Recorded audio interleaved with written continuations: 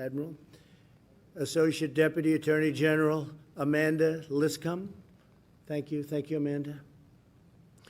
Congressman Mario Diaz-Balart, who is a friend of mine for a long time. Thank you very much, Mario. Great job you're doing down here.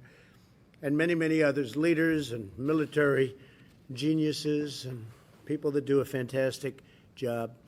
In just 12 weeks, SOUTHCOM's surge operation conducted with key regional partners has resulted in more than 1,000 arrests and the interdiction of 120 metric tons.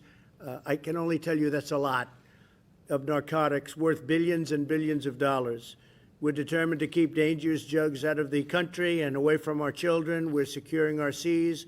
We're securing our borders. This is a new operation, not been done before, and this operation has been incredibly successful. As you know, in the United States, at least before the COVID came to us, the flu, the virus, the China virus, whatever you'd like to call it, it's got many different names. But before it hit, we were doing really well, and we're still doing very well, but now we're getting back on track.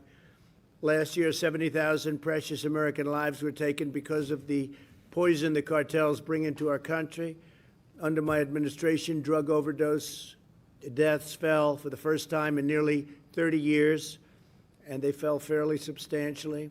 Unfortunately, the shutdowns caused by the China virus have led to a recent rise in overdose deaths, still below the level that they were at, but nevertheless, it went up a little bit. This is one of the reasons that we're working to safely and responsibly reopen our country, reopen our schools, get our country going again 100%. We're setting records on jobs. We're setting records on many different things. We're going to have a great third quarter. Third quarter is going to be tremendous numbers. Fourth quarter, likewise. And next year, economically, will be one of the best years we've ever had. But you'll see the numbers starting to come out really, really high in the third quarter. And you've already seen the record-breaking job numbers. NASDAQ just hit recently about 12 record highs, 12 days record highs. And the other markets are right behind it. They'll be hitting records hopefully very shortly also. That means people have a lot of confidence in what we're doing.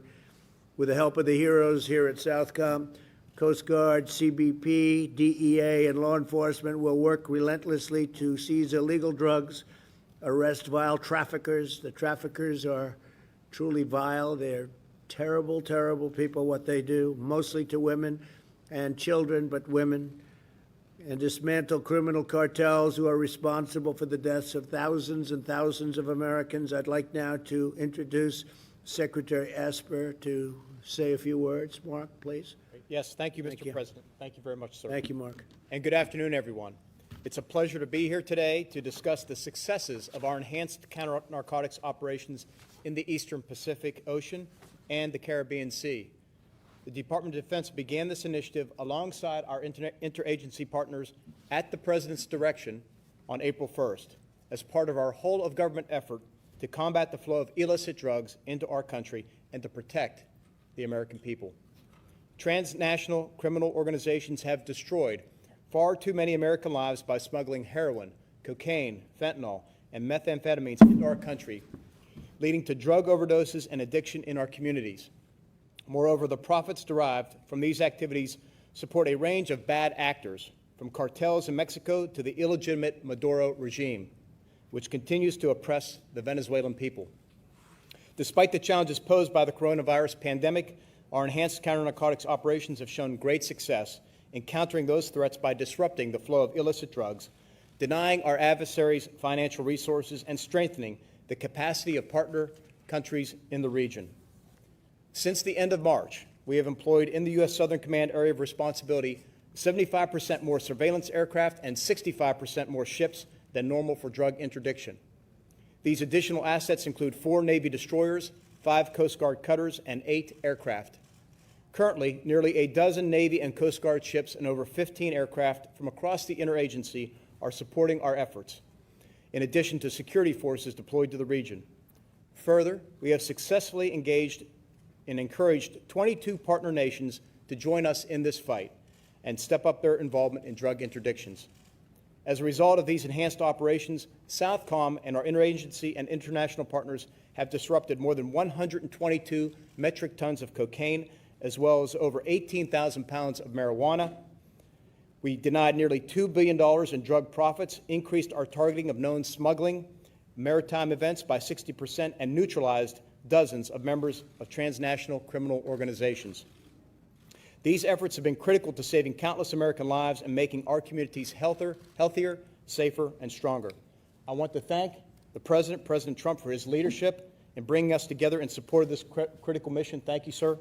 And I am grateful for the hard work of our partners, including the U.S. Coast Guard, the Department of Homeland Security, the Drug Enforcement Administration, the Department of Justice, members of the intelligence community, and support from Congress as well for all of their efforts. Together, we will maintain our enhanced presence in the region, keep the pressure on transnational criminal groups, and protect America and our communities from the scourge of illicit drugs. Thank you.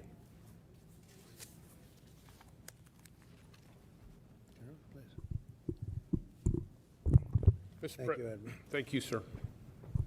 Mr. President, Secretary Esper, Secretary Wolf, Shipmate Carl Schultz, hometown congressman here, Mario Diaz-Balart, thank you all for your support on this important mission. This mission is vital to our homeland defense. It truly is.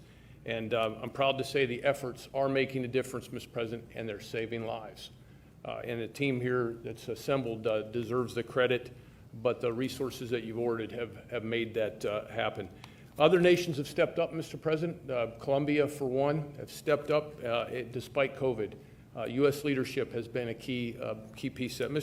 Mr. President, if I would, I just wanted to show a map. I have a little version in front of you. Just orient on the hemisphere here, if we could put the map up. So SOUTHCOM's responsibility of this Western Hemisphere, really, it's our neighborhood. It's so close to home. So what impacts the neighbors really has a high impact on us at home, Mr. President. And that's why this is so important. There's so much opportunity here. It's our #2 trading partner outside of Asia. And so trade, economics, and democracy, importantly. And our partner nations are willing. They want to work with us. And we work with partners from Guatemala on south and out into the Caribbean. But that's under assault, this vicious circle of threats that you see led by the transnational criminal organizations, about a $90 billion a year enterprise. And it feeds off corruption and now the added instability of COVID. But as I said, that partners have stepped up despite the COVID, which is a tribute to their security teams. Mm-hmm. There's also another aspect in this neighborhood of ours, and it's what we call in national defense strategy, great power competition. So China has certainly looked at this neighborhood as an opportunity for them. And when you think about the proximity of some of their investments, Jamaica and El Salvador, it's just as close to Washington as is to Miami is, if you look at comparative distances. Slide, please. But what our citizens want, I know certainly my dad in Western PA who's watching wants, is they want to know if we're making a difference. And the numbers, as we've stated, really have. At 15% more disruptions, that's detainees, that's drugs off the street. Yeah. That's at 122 metric tons, Mr. President. And 60% more targeting is a big deal for us because that means we can put more assets on more targets. And the enemy's seen that. We've gotten information from our intelligence agencies that says the enemy's watched that and they're waiting and they're stockpiling and they're trying to change their tactics. Those additional Navy ships, the AWACS from the Air Force, Oklahoma Guard, MC-12s, DE agents, a whole team effort really as we make a difference here. But that 70% partner participation is key, Mr. President. And I think of it this way, on the field to compete when you go to golf or baseball, you want the best players with you. And we certainly have those winners with us here today. Just wanted to introduce you to two, Mr. President. Brigadier General Juan Carlos Correa, if you'd stand up, General. President Duque has sent us his best and paying for it. So he comes here fully paid by Colombia and he works for me. And it's a recognition that Colombia is with us in the Korean War and they're with us today and making a difference. And our Brazilian President Bolsonaro, a very new addition to our headquarters, Major General David, one of the sharpest in Brazilian armed forces, is in our J5 organization. Again, Brazilians paying for him to come here and work for me to make a difference in security. Brazil's been with us since World War II, and our relationship is growing even stronger, Mr. President.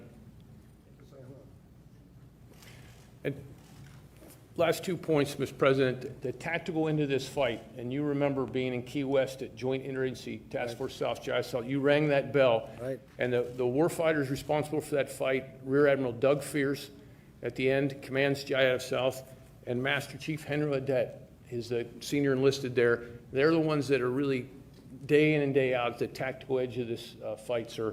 And I'll tell you what, Mr. President, they're ringing the enemy's bell every day, sir. They seem to be. That's a fantastic job. Thank you, sir. very much. Mr. Congressman, would you like to say something? Thank you.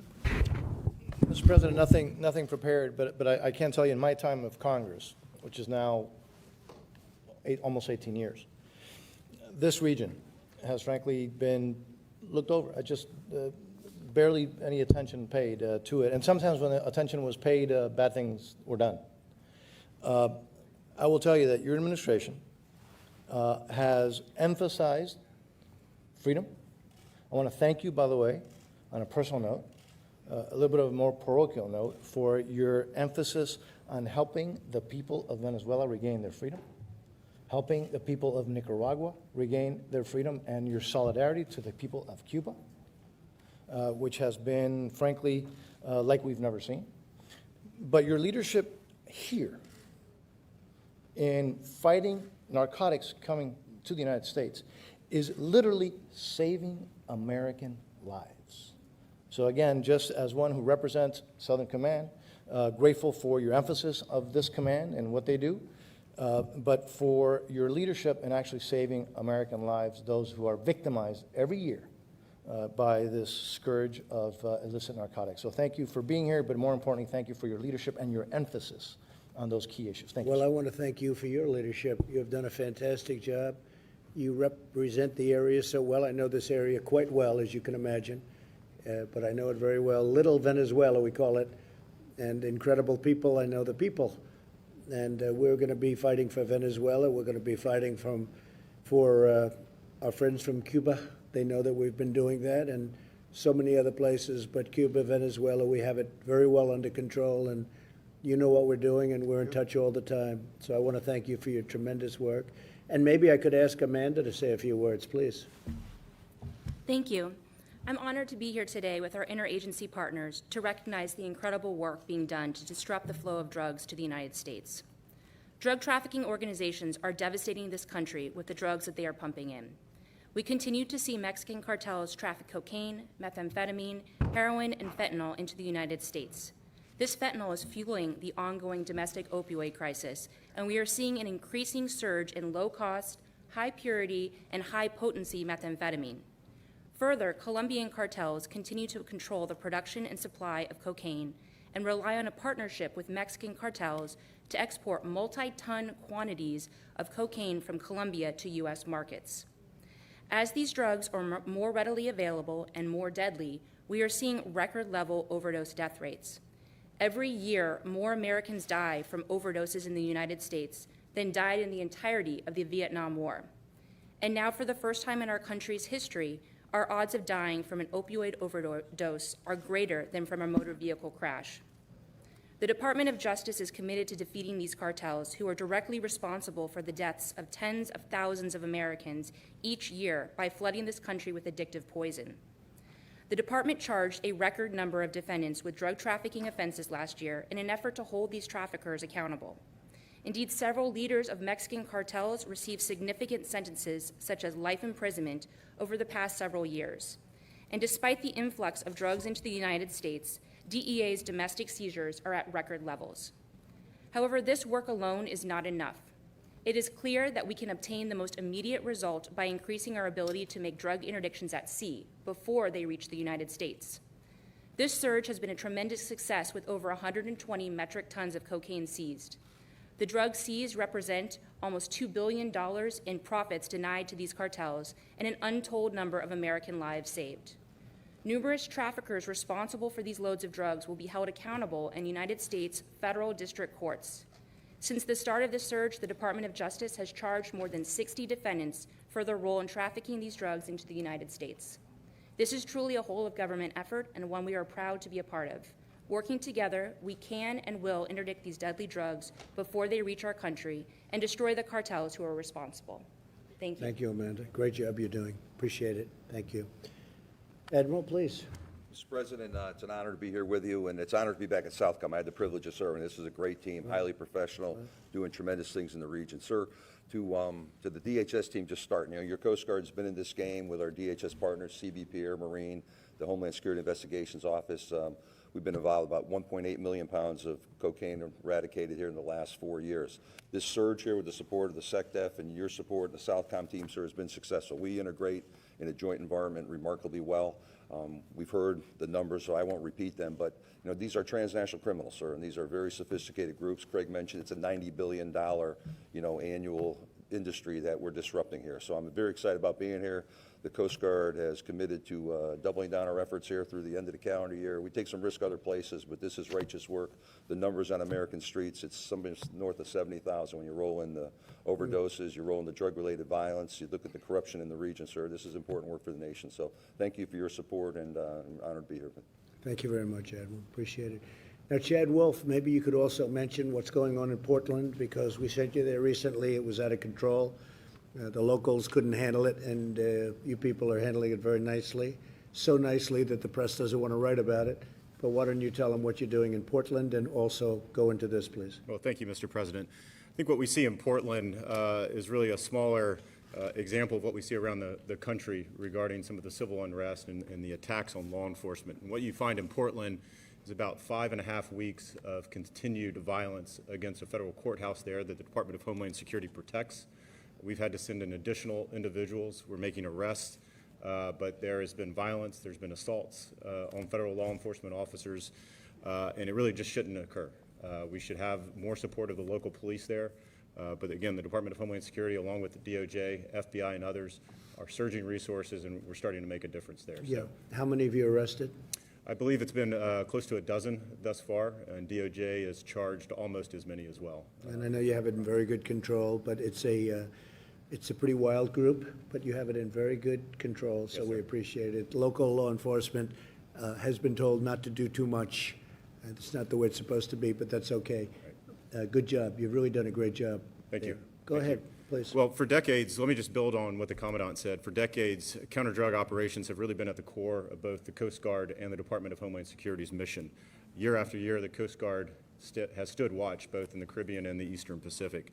And so with this operation, Mr. President, you have recognized the threat that illicit narcotics play in harming America.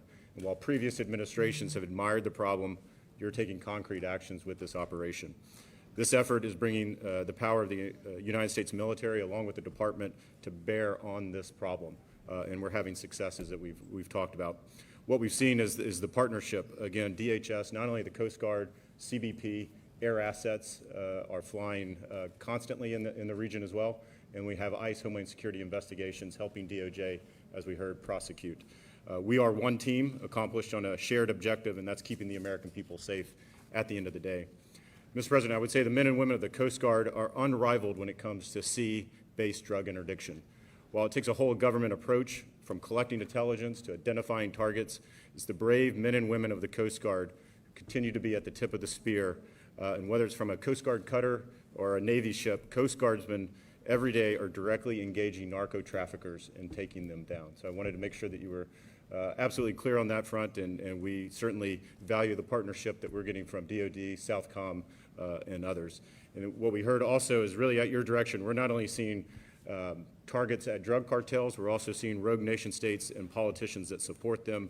We talked about the Department of Justice's recent indictment of Nicolas Maduro and 14 of his cronies that proved to the world that everyone involved in drug smuggling will be held accountable. And I really think that sends an example to all, that whether, again, you're a drug cartel, you're a DTO, or you're a rogue nation state, we're coming after you. So again, thank you for your support. Thank you very much. And I think actions speak louder than words in this case. Thank you, Chad. And the wall is coming along very well. Chad is responsible for supervising that, along with the Army Corps of Engineers, who have been fantastic. And Mark Esper, that's been really one of your pet projects, and it's been going along. We're up to 250 miles, and that's real wall. That's a wall that you don't get through. It's tough stuff, and built to the highest standard, built to everything that Border Patrol wanted. They all sat down and they designed their perfect wall, and then we said, let's build it that way. And we're up to 250 miles. By the end of the year, we'll be up to 450 or so, and we'll have it finished very shortly thereafter. And it's made a tremendous difference because your numbers on the southern border are very, very small coming through. And especially with COVID, that turned out to be very lucky for us that we had the wall, or we would have been inundated because they do have some big problems. I was with a great gentleman, the president of Mexico, 2 days ago. We had a long talk about the southern border and Mexico, and they've had some difficulty, but he's doing a fantastic job as president. But the wall is very exciting, and we'll have that opened relatively very shortly. And that was despite all odds, I would say, Mark, wouldn't you say? It was despite all odds. We had a certain party that was against it. They're not against it anymore, you know. In the end, they just raised their hand. They said, we don't want to take this on because politically it turned out to be as good as we always knew. You know, two things never change, walls and wheels. Wheel will never change. You know, they were talking about technology. Technology is no good without the wall. And but it's something that I've heard for a long time. Two things you will never change in 1,000 years from now, a wheel and a wall. They work, and this wall has really been unbelievable the way it's worked. So great job, and let's get it finished. And tremendous numbers on the southern border. Very few people coming in. Appreciate it. And we've made a lot of legal changes, too. Makes it a lot easier for you. Robert, please. Mr. President, thank you. I want to take folks back to April 1st as the COVID crisis was breaking and all attention was focused on it. The President had the foresight to launch an enhanced operations to disrupt the flow of dangerous drugs to the United States from narco-terrorists. Our adversaries believed that the United States would be distracted, but Mr. President, you weren't distracted, and I think you remember you sent Secretary Wolf and Admiral Schultz, Secretary Esper, Attorney General Barr, me out to make the announcement on this operation. The traffickers used their funds for nefarious purposes, among them to finance the regime of Nicolas Maduro, the illegitimate regime in Venezuela. And for years, Venezuela has flooded the United States with cocaine. It poisons our communities, and it fuels a dangerous epidemic of addiction that threatens the safety and security of all Americans. The situation in Venezuela has gotten so bad that earlier this week, Admiral Fowler called Venezuela a paradise for drug traffickers who enjoy the support and cooperation of the Maduro regime and his allies. Now, to crack down on the traffickers, President Trump deployed additional ships, aircraft, security forces that you've heard about. But the other thing that he did, which is less focused on, is he rallied our 22-nation coalition partnership to help in this effort to interdict drugs. So that fight includes, as you've heard, Colombia, Ecuador, Honduras, El Salvador. On the flight down from Air Force One, Mr. President, I told you I was on the phone with my counterpart in the Netherlands, the Dutch National Security Advisor. They've been part of this coalition fight, and they're very proud to be partnered up with Customs and Border Patrol, DEA, the Coast Guard, our military, working in the Caribbean and the Eastern Pacific, where we've all had a huge effect. In addition to this operation, the Colombian-led Operation Orion 5, in partnership with the United States, has disrupted or seized approximately 50 additional metric tons of cocaine that would have otherwise come into our country, Mr. President. So President Trump has been resolute in his commitment to protecting the American people from the scourge of narco-terrorists and traffickers. Our military deployments in the Caribbean and in the Eastern Pacific will endure. Those profiting from illicit drugs and the destruction of our communities will be brought to justice. The United States will continue its maximum pressure campaign on the Maduro regime, which has a criminal hold over Venezuela. And I can tell for the Venezuelan people, when I speak with President Trump, he asks almost every day, how are things going in Venezuela? What can we do to help the Venezuelan people? This operation is part of that effort.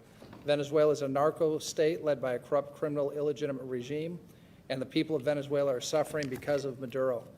Mr. President, you've been committed to cutting off his financial lifelines, identifying ways to continue to support the Venezuelan people, and ensure the unfettered flow of humanitarian aid to those same people that are suffering. So for those of you in Venezuela, I can let you know that President Trump continues to stand with you. He stands with interim President Guaido, the democratically elected National Assembly, and all the people that are fighting for their freedom and their basic human rights and a restoration of democracy and the rule of law in Venezuela. President Trump's fight against drugs and narco-trafficking in the Caribbean and in the Eastern Pacific are good for the United States of America. They're good for the people of the region, including Venezuela. but they're also good for the entire world. So, Mr. President, it's an honor to serve with you in this effort. Thank you for all that you're doing, sir. Thank you very much, Robert. And James, please. President Trump, as your principal drug advisor, thank you for your commitment and your leadership on the drug issue.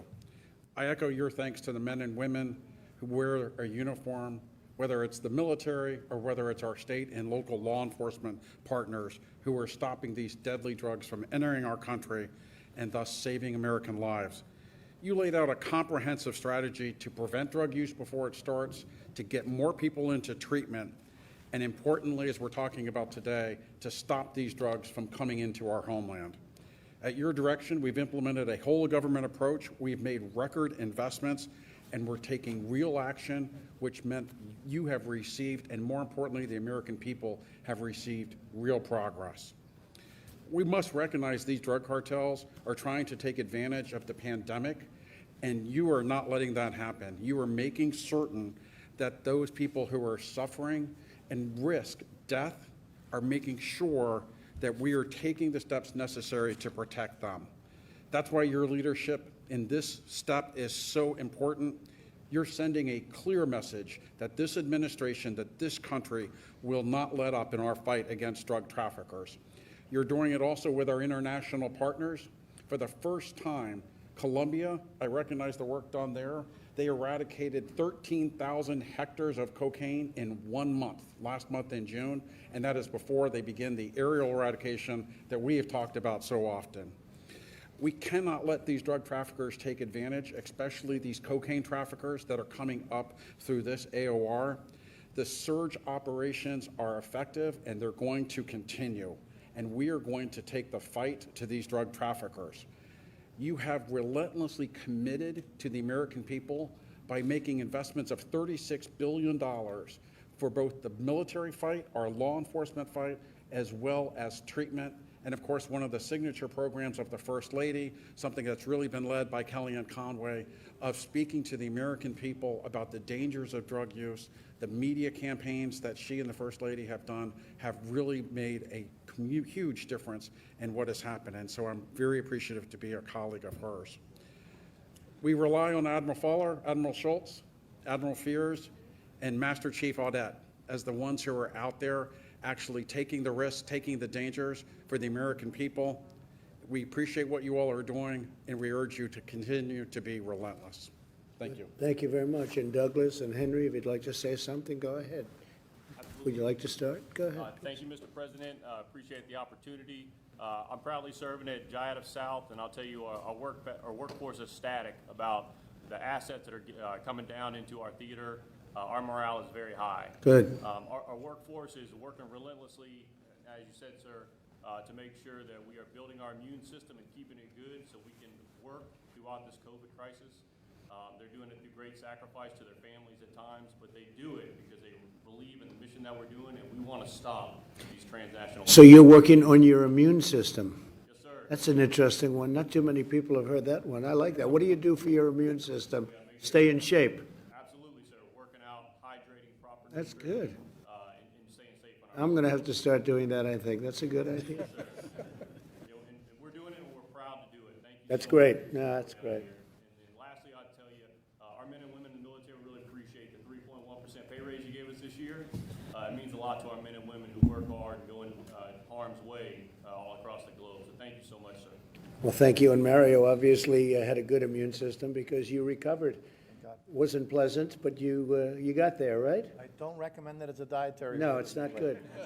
But you did a good job. And by the way, thank you for your multiple calls while I was. Absolutely. Well, you've been my friend. Thank you very much, Mario. Please. Sir, thank you for coming down today as your tactical commander down on the edge of this operation. I've been in this mission space for over 30 years. I've never seen this many resources applied to the problem set of transnational criminal organizations and counter-narcotics operations. So we have under our roof 21 different countries represented by their foreign liaison officers. They come to work every day trying to lean into this problem set. We've got a whole of government from the U.S. government with a completely joint force from all the branches of the service, as well as all of our interagency partners from all the departments and agencies and beyond what's represented in this room. And so we're just grateful for the opportunity to lean into the problem. And I can tell you with surety that, that we're targeting and we're getting after this every single day. So thank you for your time, sir, and the resources. Well, thank you very much. I appreciate it, Douglas. And we have the best equipment that we've ever had as a military. We spent $2.5 trillion on our military, and some of it's arriving, some of it's coming in, but much of it's here. So when you say the quality of equipment, we definitely have the best equipment we've ever had. We have the best equipment anyone has as a military. We have things under construction that we're going to take a look at one day soon, where we have missiles that go, I hear, 17 times faster than any other missile, and the normal type at least. And it's something that nobody has anywhere in the world, 17 times faster. So it's a little hard to spot it when it goes that fast, because by the time you spot it, it's gone. But we have things happening that nobody has even thought about. So thank you very much. You've done a fantastic job. You have all done a really fantastic job, and it's an honor to be here. I want to thank all of the folks behind me, too. I don't want to be rude, because you're more important than all of us, right? But I want to thank you all very much. Great job, really great job. Great to work with you and with you, and say hello. Tell them to get well fast, right? Great man. Okay, thank you very much. Okay, thank you. Admiral, it's yours. Mr. President, thank you for the time and the attention and the resources, and we're going to stay at this mission. It's a 24/7, and we are going to take the fight to the enemy. And leadership here is committed to the American people. We owe it to the future. And thank you. You've done a great job. Thank you very much. Thank you, Admiral. Thank you, Admiral. Thank you.